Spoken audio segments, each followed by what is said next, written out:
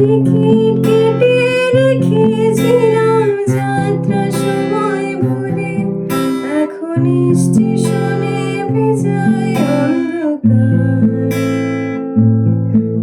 আর কে